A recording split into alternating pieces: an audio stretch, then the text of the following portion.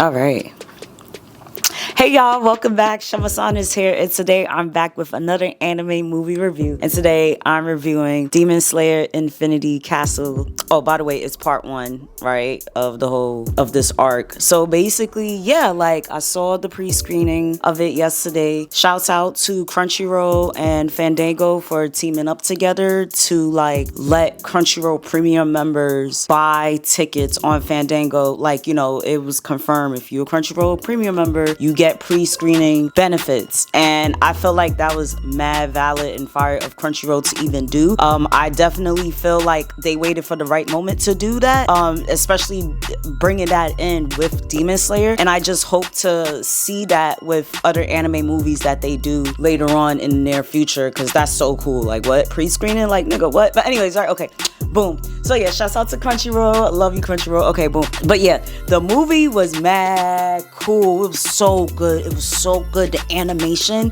10 out of fucking 10. You already know the animation always gives, especially when it's in the movie. When it's Demon Slayer movies, it just always gives more than it does in the anime. And I'm actually really happy that they decided to put it into movies instead of in anime seasons. I know it kind of sucks because it's like, oh damn, like, you know, we can't get to watch the anime episode every week, and right, cool, we get that, but guess what, at least they deliver.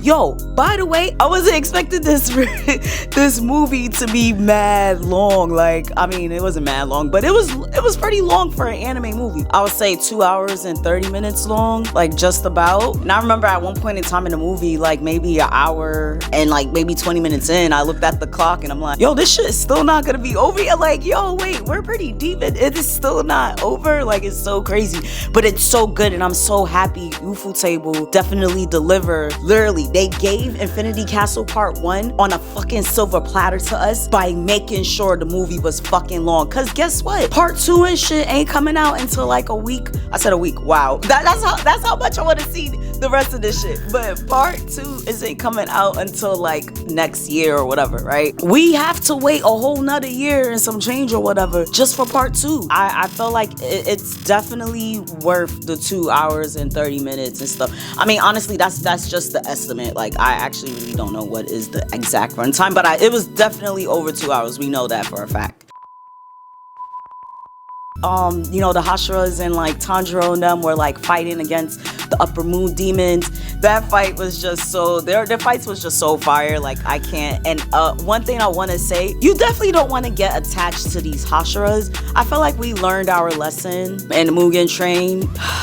It was fucked up what happened to Red Goku, but that's all I'm gonna say. Don't get attached, you know? Treat this movie like low-key, like you're watching Jujutsu Kaisen, and you know how niggas just ending motherfuckers, you know? Like, it'll be happy, right? And then boom, and then it'll be a happy-ass ending. I mean, sorry, like, a fire-ass ending theme song. Like, what? How can... Anyway, so basically what I'm saying is, yeah, like, just don't go in expecting, I guess, people to survive. I don't fucking know. But yeah, word. Anyways, overall, it was still fucking fantastic. I really fucking love this movie. I honestly think it was better than Mugen Train, for sure. I feel like Mugen Train, I would give that movie like everything, I'll give that a 9 out of 10. But this one, okay, I'll give it at least 9.5 out of 10. The pacing was really good. I feel like if you like certain characters in the movie, well, in the series, they go over like their backstories and stuff and all of that. And I feel like it was good. It was good. They had some moments a lot throughout the movie where it was kind of like doing recaps and stuff. And I feel like that was essential because a lot of things I read the manga a long time ago, but I know how it ends, obviously. But yeah, like a lot of things was definitely needed as a refresher, like Zenitsu's background story. You know, they getting more into his character and stuff. Especially if y'all love Zenitsu, y'all gonna love Zenitsu because this nigga was so fucking clean.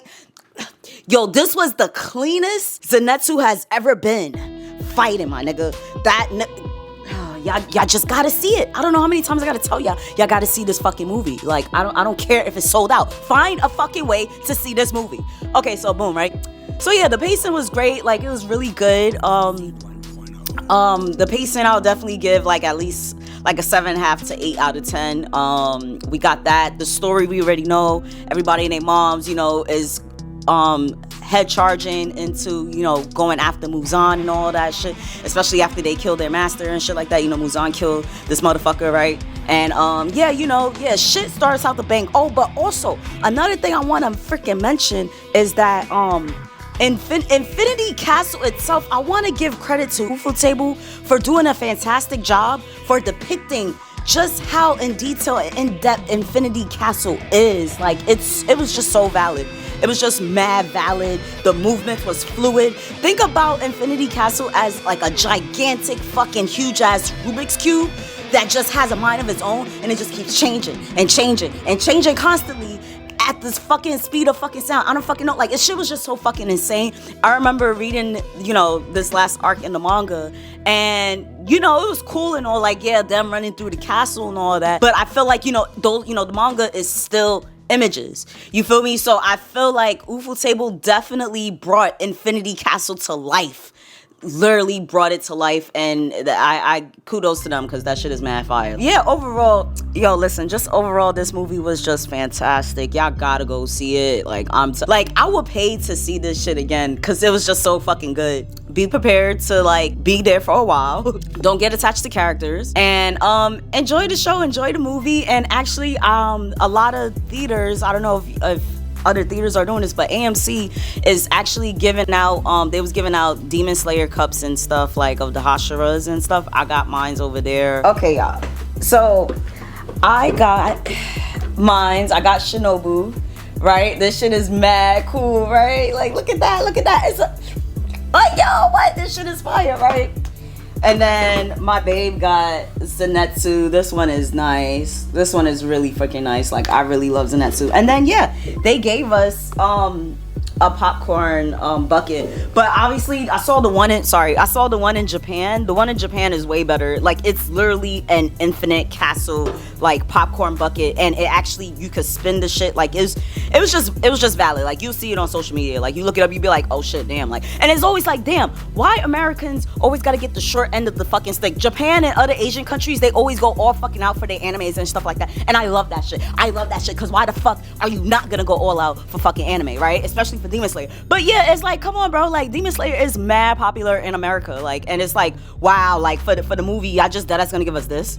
Like, no, give us the rotatable fucking yeah, give us that shit. Give us that fucking popcorn bucket, man. Like, what? Anyways, so yeah, this is fire. Obviously, those weren't free. You actually had to pay for those. Like, I think it was like $28 and some change. Yeah, you got to pay for that. But I feel like it's worth it. Like, the collector in you better fucking buy that shit. Okay, yeah. So other than that, yeah, overall, I'll give this movie like a 9.5 out of 10. Overall, it was just so good. It was so fire, and I can't wait for the next installment, because, you know, we still got the crazy upper moon demon nigga with the mad eyes. Him, yeah, we still got that nigga on the loose, basically, and we still got to deal with the pretty boy upper moon motherfucker. He's upper moon 2. He has the fans. I think his name is it Kubo?